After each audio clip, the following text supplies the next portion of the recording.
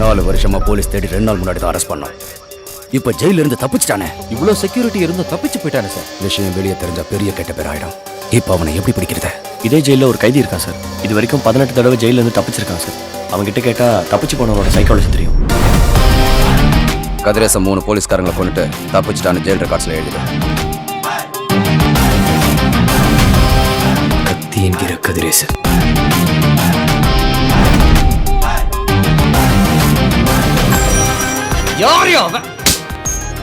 நான் போய் பிரஷ் பண்ணிட்டு குளிச்சுட்டு வந்துடுறேன். பாய். 3 வருஷம் பொறுமையா இருந்துட்டேன். இனிமே முடியாது. தன்னூத்து கிராமம் எனக்கு தான்.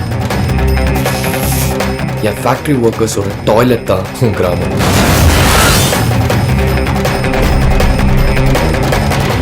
மூணு வருஷத்துக்கு பழைய நியூஸ் இது. ஒருத்தன் கலெக்டர் ஆஃபீஸ் முன்னாடி போராட்டம் பண்றானா அதுக்கு ஒரு வேல்யூ இருக்கு. தீ குளிக்க போறேன்னு மிரட்டின ஒரு வேல்யூ இருக்கு. தீ குளிச்சிட்ட ஒரு வேல்யூ இருக்கு. ஒரு கிராமம் அழிய போகுது, விவசாயில பட்டி கிடக்குறானா சிட்டில இருக்கிறவங்களுக்கு என்ன சார் இருக்கு? இதை மீடியா கவர் பண்ண மாட்டாங்க.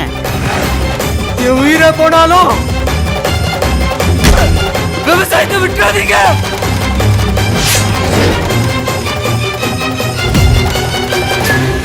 உயிர் மேல ஆசை இருந்தா ஓடி போயிடு.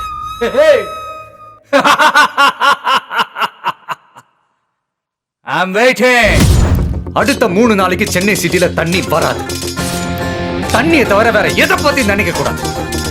லோக்கல் சேனல் இருந்து நேஷனல் சேனல் வரைக்கும் இப்ப எப்படி வராங்கன்னு பாருங்க.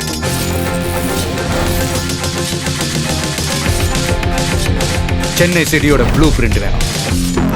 செத்து போனாதான் நம்மளை திரும்பி பார்ப்பாங்களா? விவசாயி சாகிறதுக்கு முன்னால தடுக்க வர மாட்டாங்களா? அரிசி, பருப்பு, காய்கறி, கொத்தமல்லி, கருவேப்பிலை வரைக்கும் கிராமத்துல இருந்து வரணும். ஆனா ஒரு கிராமத்தை செத்தான்னா தூக்கம் பிடிக்குவாங்களா? சிட்டில பைப்பை திறந்தா தண்ணி, அந்த தண்ணிக்காக விவசாயிக்கு போற கஷ்டம் அவங்களுக்கு எப்படி தெரியும்? தெரிய வெப்பம். யாராவது இருக்கீங்களா? ஏய் கோழி இருந்த நம்ம பசங்க இப்படி போட்டுற போற.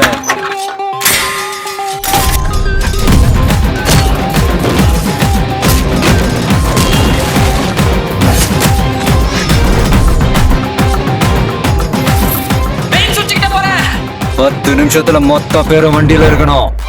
வண்டி இந்த ஏரியா விட்டு வெளியே இருக்கணும்.